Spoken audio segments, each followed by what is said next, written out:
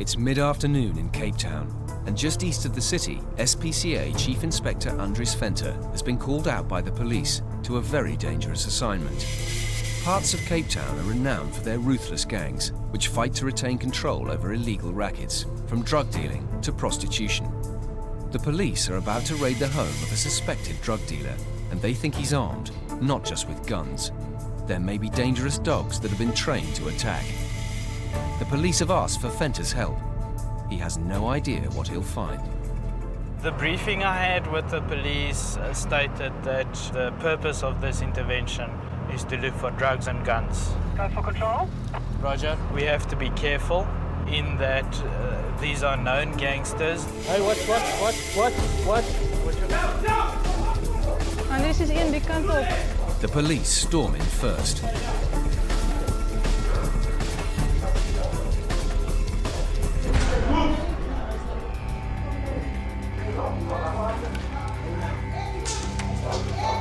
With the suspects detained, the risky task of looking for the dogs falls to Venter.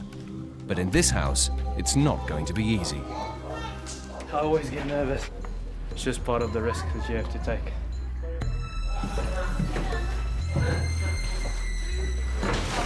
Control. Die hond is geberg.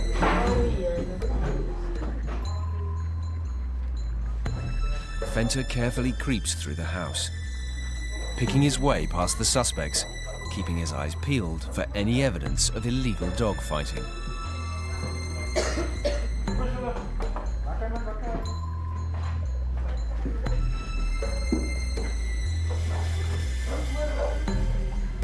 I don't see this environment to be an acceptable condition to keep dogs.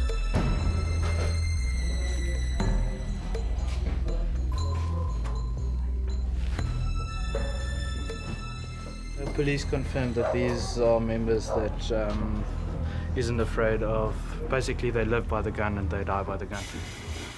In the yard outside, a dog has been discovered. One dog that's chained up in there, dirty. There is clean water and acceptable conditions. The dog's living conditions are far from ideal. He's on a very short chain, and his shelter could collapse at any moment. Andries decides to remove him. That's a good boy. Come on. This dog was in a fight recently. Look there. Around the ears. There. There. All these scars are signs of fighting.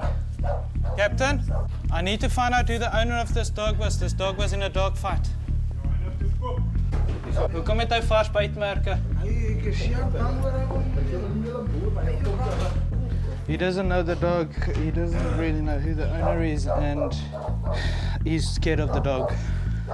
Come on. But this dog isn't going to go quietly. Does say? Fight! Fight! Fight! Fight! Come on. Fight! Fight! Come on. Fight! Steady on. The man claims to be the owner, but for now, Venter has his hands full. Gaan daar na die kaptein toe. Leave! Leave! Leave! Fight! Go lie down! Now!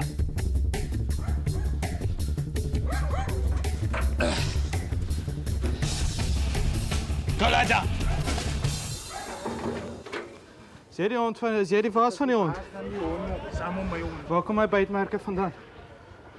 Hy en die tiefbakleiers, hulle Hoeveel betaal jy die mense om te kyk na die bakleierery? Wie? Jy? Niemand, daar kan jy moet sien. Man en vrou as lobieters, hulle baklei. Basically, he doesn't understand why we're confiscating his dog. He doesn't understand the conditions are unacceptable. He claims that the female and the male got into a fight when the female was on heat, and hence the reason why they've got scars. And he claims that he's been treating it with home remedies. Nou sê ek mos vir meneer, hoekom is dit daar? Luister vir my. Wat anders moet ek vir jou sê? Ek vra jou, hoekom is die merke nie behandel nie? I basically advised him that that's not acceptable treatment, that he hasn't consulted a professional on the wounds and to prevent infection from setting in. Andries is not convinced by the man's claims, and he doesn't even live at the property where the dog was found. Go for control. Okay, we're safe and we're on our way back. We've got one pit bull that's been in a fight. This was one of the most nerve-wracking situations I've been in.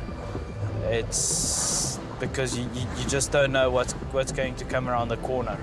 Just going in there and trying to find a dog without getting shot is, I guess, quite unsafe, but we do it for the animals. It's been a tense afternoon. For now, the dog will go back to the SPCA, where he'll receive treatment for his wounds.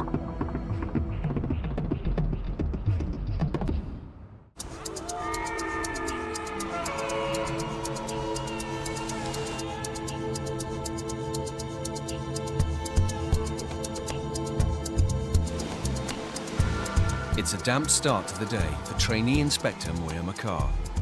He's heading east to the Bonteheuwel area of Cape Town, where a report has come in of an animal in a very distressing condition. It's a dog which is in parasitic conditions.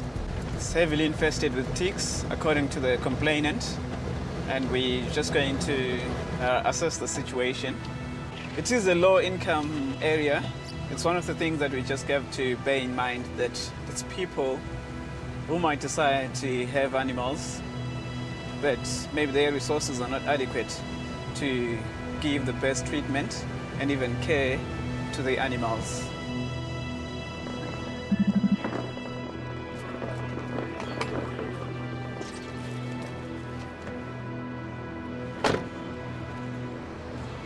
Hello, good morning. Could you speak to the lady at number 6?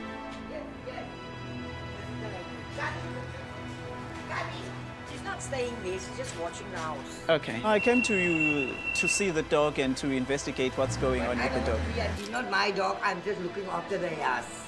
The dog owner is not here. I told, please take the dog. And he never took the dog? No. Okay. And can we have a look at the dog? You know, I'm an old woman, I'm 70. I feel very sorry for that dog. The woman claims she's just looking after the house, but she agrees to show Moyo the dog and asks him to take it to the SPCA for veterinary care. It's immediately clear that this dog needs urgent help. A very emaciated dog, heavily infested with ticks, and there's no sign of water, no sign of food. It goes to show how much neglect is prevalent in the communities, actually. I would say there's nothing right about everything which I'm seeing here.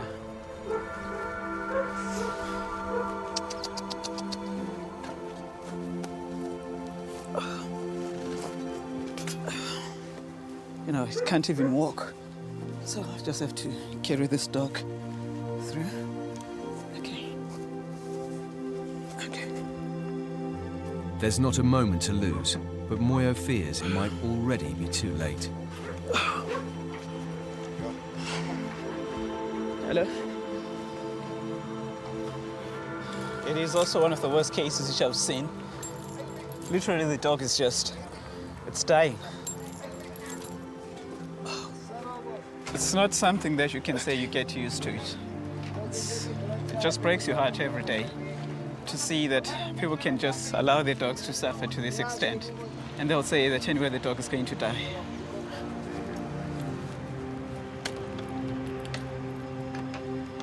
Moyo leaves the woman a warning for the owner to contact him.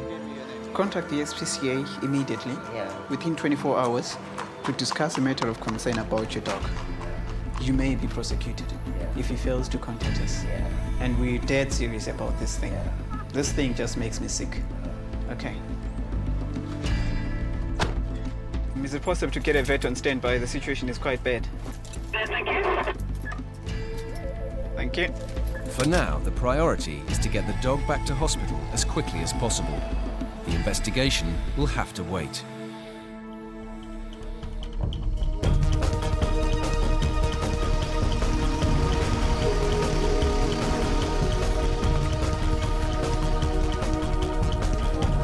Moyo Mqa arrives at the SPCA. He rushes the dog into the hospital. It's all right, doggy, it's all right.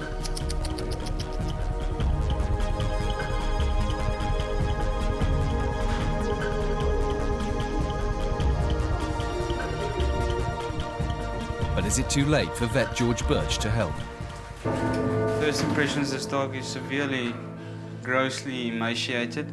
You can see all over. There's no body mass on the skeleton. You can see the severe tick and flea burden. Ticks feed on the animal and basically use up all the animal's nutrients. There's the humerus. There's the bone. That's the triceps. There's almost nothing there. There's a wound here. It looks like a wound that's been there for quite a while.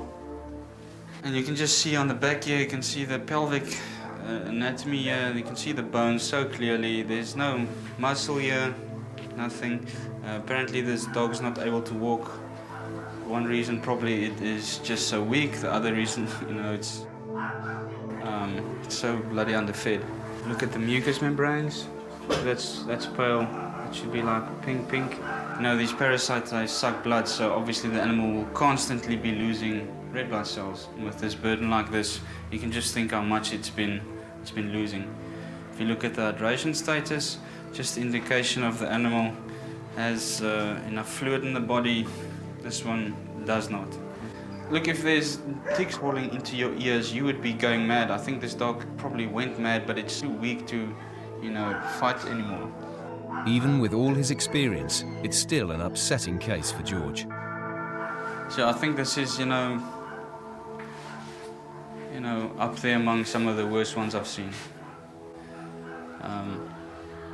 This is out and out neglect. You get very emotional about this because this is really what we are here trying to prevent. But education is unfortunately a big thing and we need to do more. A reasonable person would not let this happen. So yeah, definitely for an animal like this, I would advise that we prosecute this person. George is left with only one option.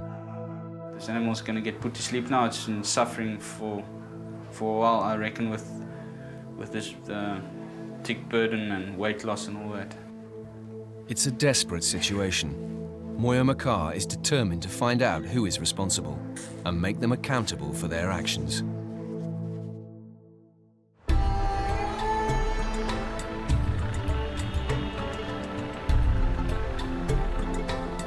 Inspector Wilbur Kenkebi is heading for Tafelsig.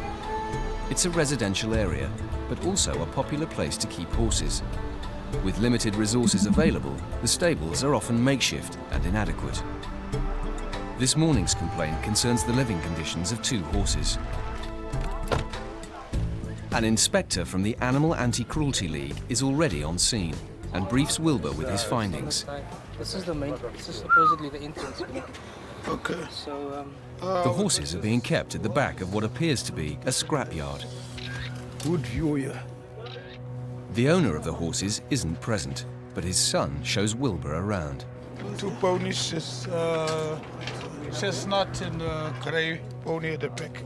This is not very big. The main concern is this: they must clean up here, and they must clean both of these stables, and they must provide water at all times. There's no water. This man said they kick the water over. So I told him now he must get a tire. He must put a tire where the water can't be dealt over. Despite their surroundings, Wilbur's pleased to see that the horses are in good shape. As you can see, it's not in a poor condition. And another thing, you must cut off all these wires here. You see this wire? This is a minor. You can somewhat do it even now. The height is high enough. It's just the size that needs to be enlarged. The scrap is not actually really on the way. The horse can get out here. The only thing they can do is to remove the loose wire there. And then all these pushing away, because they're not keeping the horse here. stable and out. So there is a way out here.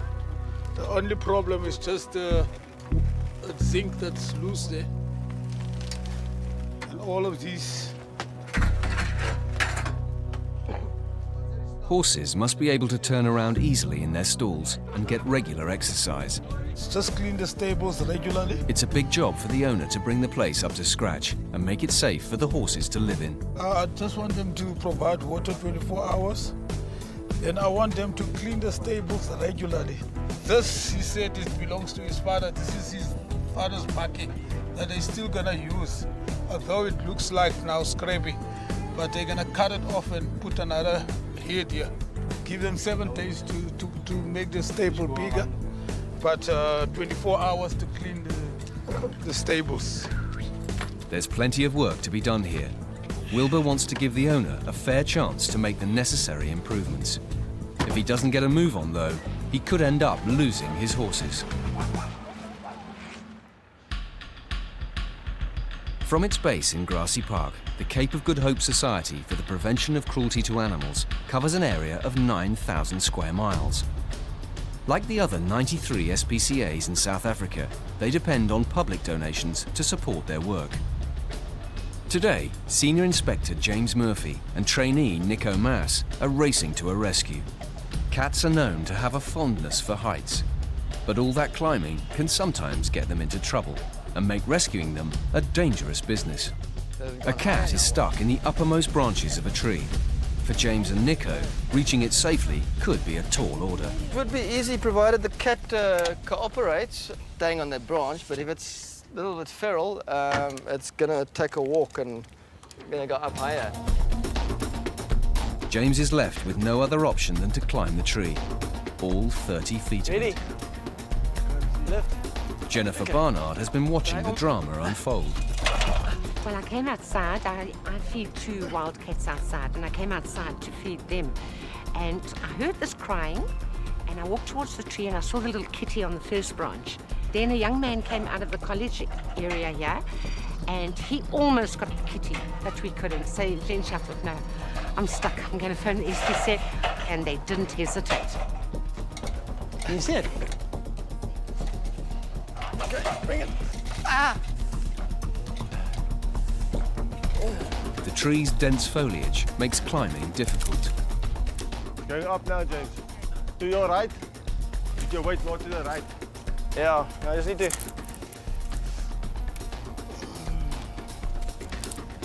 Through that V, straight, there's a branch going up to your right. The cat seems to want help, but isn't making it easy. She's terrified and moving higher up the tree. James calls to her. Oh, there it is. Come. Cat, come. Steady oneself, yeah? Gotcha. Come on. You can let go of the branch now. Yes, I've got you. I've got you. Oh, damn. It was getting here. Come on, cat. Get into the bag. No, don't fight with me. Thank goodness it's not a feral cat. Gotcha. Cat's in the bag. With the cat contained, all that's left is to get down.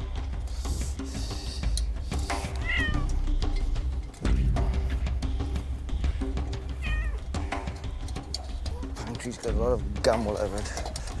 Sticky fingers. There we go.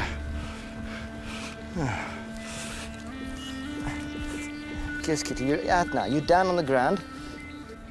I just need to get you out of the bag. Oh, look at you. Oh, no, the cat looks healthy. See, it's kind of domesticated, so take the cat in as a stray and obviously hang on to it for 7 days, and if it's not claimed, then it'll go up for adoption. And, I mean, it's friendly, so it's got a good chance of finding a home. For now, she'll be taken back to the SPCA to calm down, and hopefully an owner will come forward.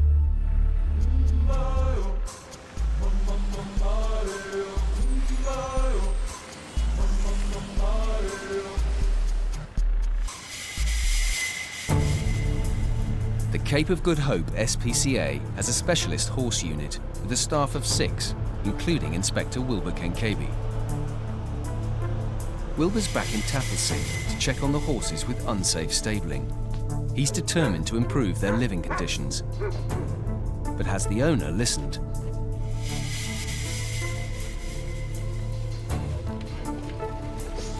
Hello? So far, they've just enlarged that stable that side up to here, to this boundary of the stables. And they are busy enlarging this side now. They're just trying to finish up this side. They, as you can see, the roof is already on here. So they're just busy finishing it up here. The owner seems keen to work with Wilbur. He assures Wilbur that the horses are exercised daily and shows him his plans. Because he doesn't have enough space, he just wants to make it up to there where he just showed me now. Okay, I said, no, it's fine, because, I mean, if he doesn't have enough space, let me just measure that. He moet 3 meter or 3 meter. Check that. What is that? 220. Okay, 2.2. I'm happy with that. So you can make it 2 by 2. Yeah, the horse will be able to turn. Can I take this one? This side? Yeah. This one is 2.7. Yeah, now it's okay. Yeah, I'm pleased. It's just that I'm gonna just come and check the finishing. Yeah. Yeah, die ding is ook alright. Die crate. Ja, soos jy om die crate ook insit. Is all right, miss. He comply. You already busy with the stables now. So I'm gonna give him a couple of days. Maybe I'm gonna come around here Thursday. So far, so good. But there's still some work to do before Wilbur is satisfied. It's a busy day for Senior Inspector James Murphy. He's on his way to a rather curious case.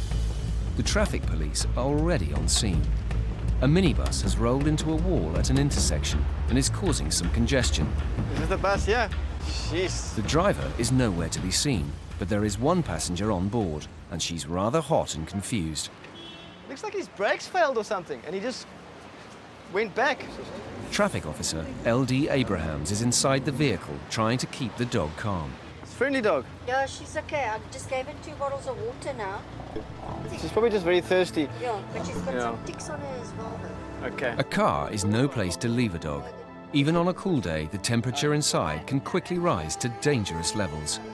The dog was left in the car and the windows were closed. The door was left unlocked though, so the officers managed to gain access and get to the dog. And the bus was apparently left here since 10 o'clock or so, and it's now something to 1. It's been possibly 3 hours. James suspects the dog was left inside as a security measure to stop anyone stealing the vehicle. Come on. What we could do is just take the dog in for safekeeping and see what happens if the owner comes and claims it. I mean, obviously they're going to tow the bus away or just leave it here. Oh, because you can about one. Come on. Pushed it right against the... She can't get loose there, eh? No. The same as the rear number plate. Yeah, that's the same, yeah. Because sometimes they use stolen vehicles. Yeah. It looks like it's been in an accident, so it could be a hit and run that he dumped. It could be anything. I don't know if you call it a bystander. Yeah. He said that he saw the guy with the dog was sitting in the back. So he must have been aware, if he saw the dog outside, he must have been aware of the dog outside. Thanks very much. Dog will be admitted as a stray, pending the owner's claiming of the dog. Maybe he just thought he was going to go for a while and it was a bit longer than he anticipated and didn't realize that the danger to the dog of leaving it in a car. But lucky for the dog, it's not dead or suffering. It looks okay. As the officer said, it's got some ticks on it, so it might be a problem, but yeah, it's not the end of the world. The traffic police will get to the bottom of what's happened here. But James's responsibility is to get the dog to the SPCA and hope the owner comes forward to claim her. If not, they'll try to find her a new home. Basically, they live by the gun and they die by the gun. 4 weeks ago, Andries Venter assisted the South African police on a drug raid, where it was suspected that dangerous dogs were guarding the property. After searching the house, Andries found one pit bull. This dog was in a fight recently, which he suspected had been used for fighting. And sadly, the dog showed immediate signs of aggression. At the scene, a man came forward claiming to be the dog's owner. But Andries was unconvinced and asked the man for further proof. Andries has subsequently been in contact with him, but he was unable to supply sufficient evidence that the dog was his.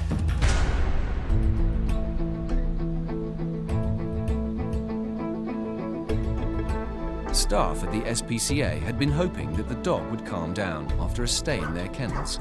But although he's friendly with Andries, he's still showing worrying signs of aggression.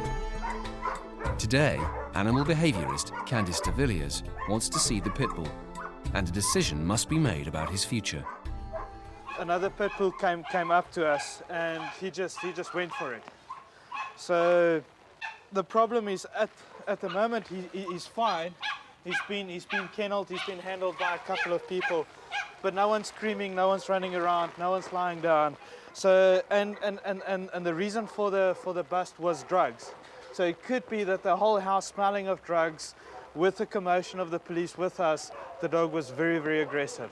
As a behaviourist, I really think it would be difficult to rehome this dog to a suitable home. Obviously, we don't know if it was people running and screaming that set the dog off, but anything can set him off. So we'd certainly not want to rehome him with anybody with children or other pets, as a matter of fact.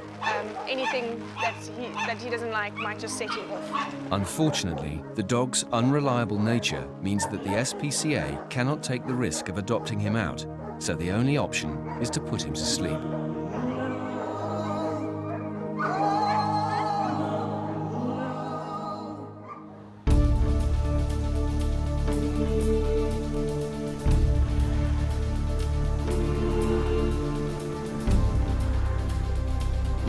"20 miles away, senior inspectors Kira Joshua and James Murphy are responding to a very unusual case. A black swan has been spotted by residents of a marina. He's a long way from home and in a potentially dangerous location. The reports that we got was that the swan looks pretty sick. It's kind of strange knowing that there's a swan out in the harbour out here in Cape Town, because it's an exotic species that comes from Australia.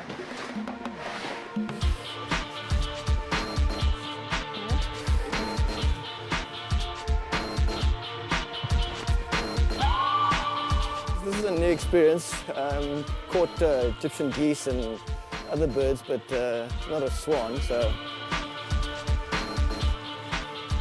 A local resident leads them to where the bird is.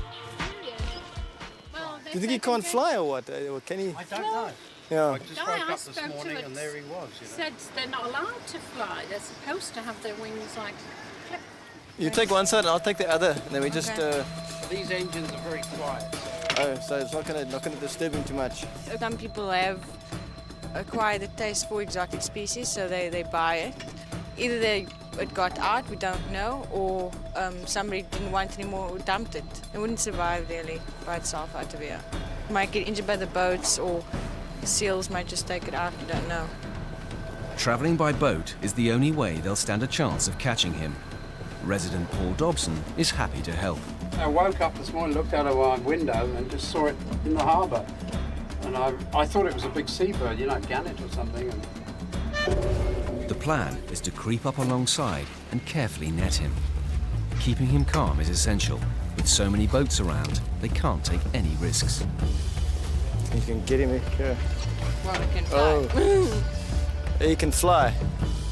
He can seriously fly. There he goes. Yeah.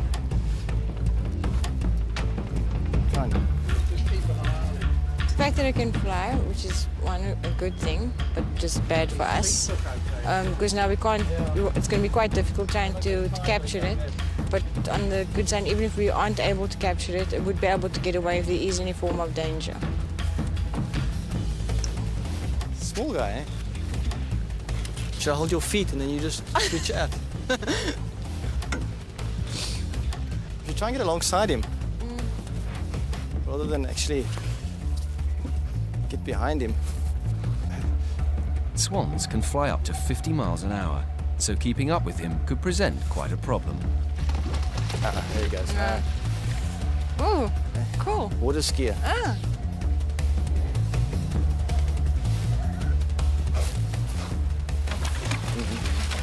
No, he went to and he's off. Oh no, he's going down. Oh, he's in the corner there. I wonder is that a dead end there, eh? If we block him, we go down the center. You can't actually get out. So let's give this one more try.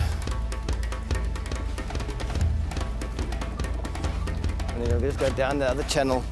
It'd be ideal. We can just jump off on the... Can we jump off here? Their best hope is to corner him in the protection of the dog.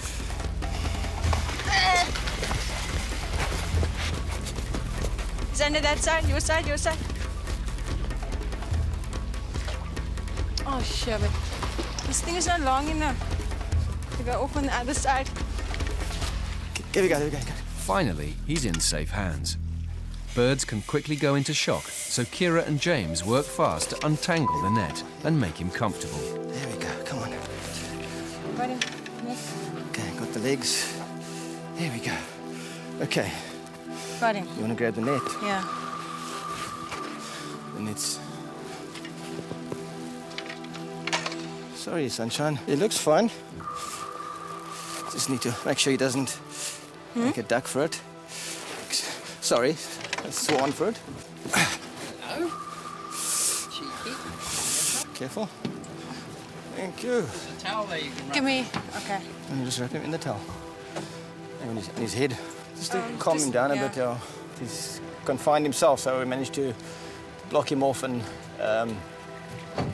catch him in the net. With no splash. Neither of us falling in. Because it's so unusual to have a black swan out here on the side, well, in Cape Town.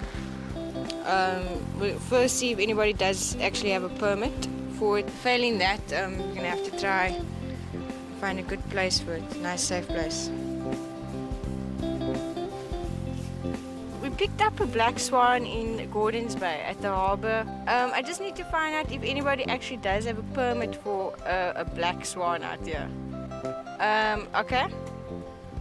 I can't write it, I'll put it on my phone. Is there deck here for me to stand on? Step in the water, I could just... disastrous. Great teamwork. I contacted Cape Nature and apparently they don't issue permits for black swans, so it would be hard to trace anybody if they lost their swan. For now, he'll be taken back to the SPCA, whilst the search begins for his owner. A very emaciated dog. A week ago, Trainee Inspector Moyo Mqa was appalled to discover a dog so emaciated and severely infested with ticks that it couldn't even stand. It just breaks your heart every day to see that people can just allow their dogs to suffer to this extent. He rushed it to the SPCA clinic, but sadly, the dog was beyond help, and vet George Birch was left with no other option than to put it to sleep. Today, Moyo, along with Inspector Wayne Hector, is returning to the address, and he's determined to find out who is responsible. The house sitter had claimed the dog wasn't hers, so Moyo left a warning for the owner to contact him, but no one has been in touch. We just wanted to state in an affidavit as to the circumstances leading to the deterioration in the dog's condition. If she doesn't, then she's going to be charged as a co-accused. Hello. Hello, man. I did give the owner the paper. Is he the owner of the house? He's the owner. They were staying here, the mother and everything, but the mother died, and she stayed here and he moved and moved the dog. Legally, she qualifies to be the owner because she's been taking care of the dog. She claims she's the one feeding the dog, and now she's got the keys also to the property. I would say she is the owner. I will get his address tonight. Please, man, then we can sort it out quickly. And So we come Thursday morning and then you just... I'll get everything. Yeah. You must say failure to do so, you will be forced to lay charges. But okay, we can come again. If he doesn't do it, we will have to lay charges against him for cruelty. Because then he doesn't come forward to explain or defend himself. He just keeps quiet, so he's guilty then. But the woman's sticking to her story and still claims the dog isn't hers. She says she gave the owner the nod for the owner to get in touch with us, and she'll be seeing the owner tomorrow. And then hopefully she's going to... We've left actually a second note for the owner to contact us. And so she said by Thursday morning then she's going to give us the address where the owner actually stays. So in terms of that, if he did see the dog suffer and left it to fend for itself still in the same condition, that's blatant cruelty. So we have to get to this guy. Not the best, but it's still a workable situation. We can still work with it. Moyo and Hector aren't convinced that she's telling the truth, but they need to investigate fully before taking action.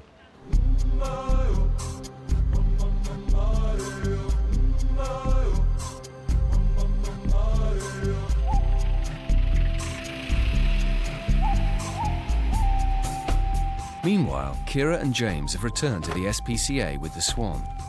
Australian black swans are not native to South Africa, so it's possible he's escaped from a private collection. But until this mystery can be solved, his temporary home will be a much more secure spot at the SPCA. A bit of a squish and squash.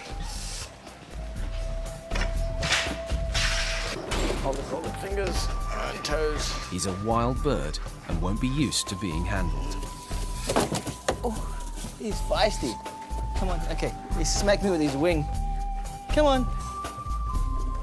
Come. The reason why we got him in the fly cage, because it's an enclosed area. We don't want to clip the wings, because if we clip the wings, he's not going to be able to fly for a long time, and we don't want that. 2, 3, up, 2, 3.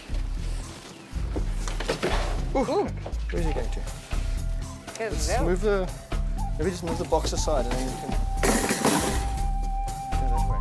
Oh, sorry, Daddy.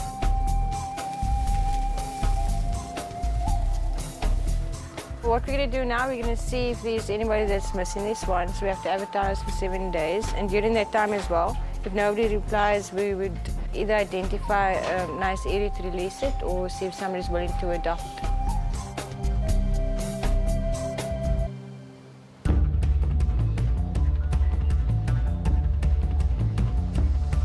Meanwhile, south of the city, Inspector Wilbur Kenkabi is heading back to the scrapyard stables. It's been 2 weeks since his first visit. He's been working with the owner, and today he's hoping to see the final improvements. But has Wilbur's educational approach paid off? They've taken all this rubble. So this is a sort of a storeroom. Yeah, now this is now made up nicely. And this level, they made it level up nicely here. You can see how level it is now. So this is a sliding door. Yeah. Sliding door. Okay, this one is also nicely floor. And on the side is no protruding wires on the side. The trough is high up for the food. As you can see here, nice hay available with the mix. This is perfect. This is also good. You won't be able to tilt the water over. I'm just gonna take a few more photos. And another thing that's nice here, this is not glass, this is fiber. It won't hurt itself, and it's bringing on bright in, make it light. The owner has worked hard, and it shows. Yeah, you better make use of it. Yeah. The stable was more, but now, if you can see, it's much bigger now. So it's quite big, enough for the horse to turn around. The horses seem to like the extra room too. Wilbur is pleased and happy to close the case.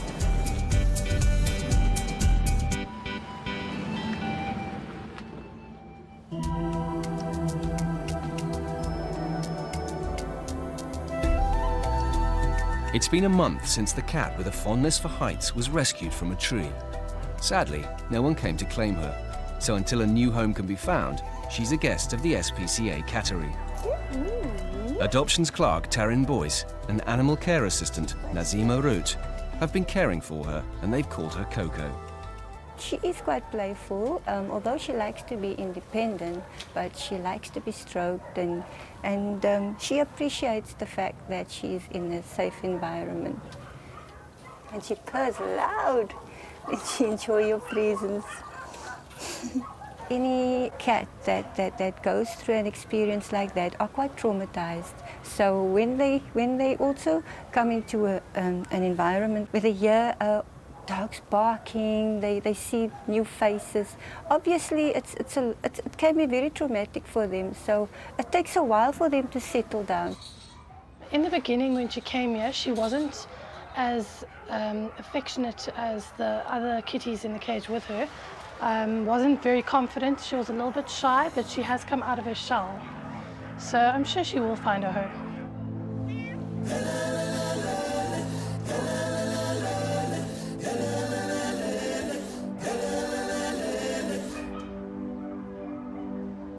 It just makes them feel more comfortable because we can't immediately take them into a home, so we bring the home to them. For now, though, she seems to be settling in well with all the other residents. At the SPCA headquarters in Grassy Park, Trainee Inspector Moyo Mqa is working on the case of the emaciated dog which was infested with ticks.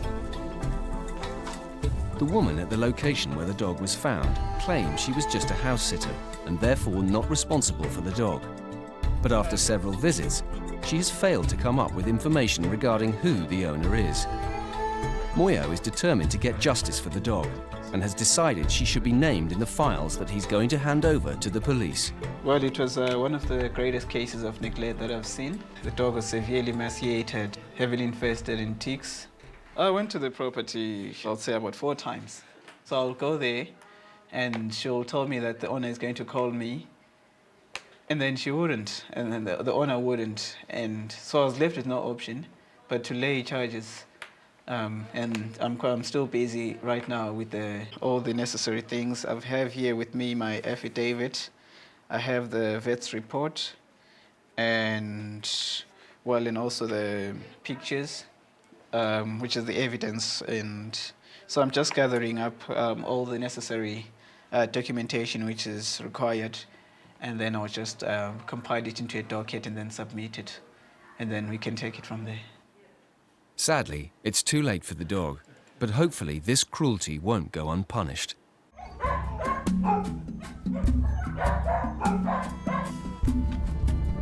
It's a big day for the dog which was left in the minibus. Sadly, no one claimed her, so animal behaviourist Candice de Villiers has been working with her.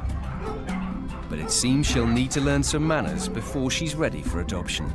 We've done a behavioural assessment on this dog, and what we've come up with is that she needs a little bit of training. She doesn't walk nicely on a lead, she doesn't respond, she's just an absolute delinquent.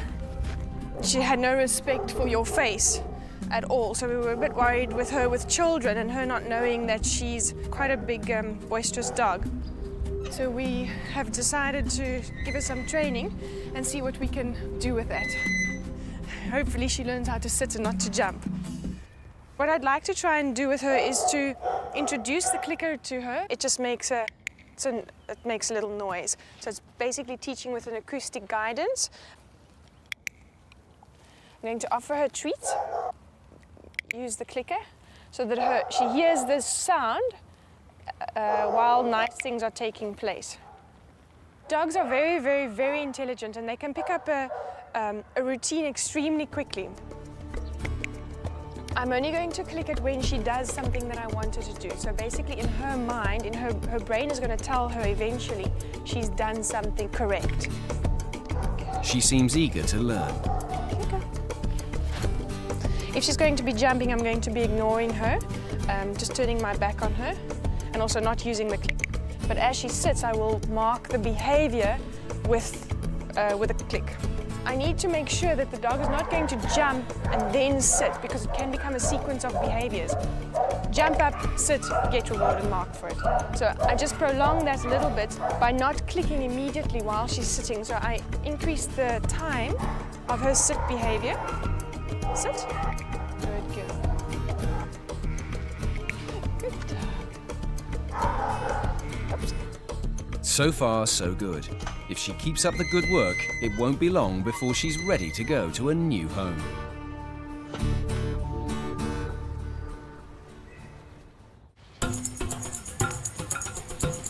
It's good news for Coco, the cat rescued from the tree. She's found a loving new home with the Quickfall family. She might be the newest addition to the family, but already she seems right at home. In the beginning, she was very nervous, so she didn't want to really come out of the room, and she would always hide away behind the curtains and things like that. But it's been a week now, and she's really opened up. Yeah, and also with Reese, she's been initially very scared, because I mean he's a 3-year-old, so he runs around and he makes a noise. And obviously, that will put anyone on edge. But really warmed up to him completely. You know, she'll walk and she'll rub herself up against your legs and purr, and yeah, she's a purrer. Absolutely, you can hear her a mile away. Coco will also have a new feline friend to spend her days with. But it's going to take a little while for Missy to accept the new member of the household. They're two females, so obviously, you know, there's going to be a bit of argy-bargy, but initially, a lot of tension, but they've warmed up to each other quite a bit. I mean, before they could not come into each other's areas, so to speak, but they've learned to become nice roommates. The minute she sees you, she starts purring. Yeah, and you can actually call her. You can, yeah, she'll come. Yeah, She responds to her name, and I mean, she sees your hand lying by the side of the bed, she'll just come and rub up again. Yeah. And we know Coco's here. Let's wake up.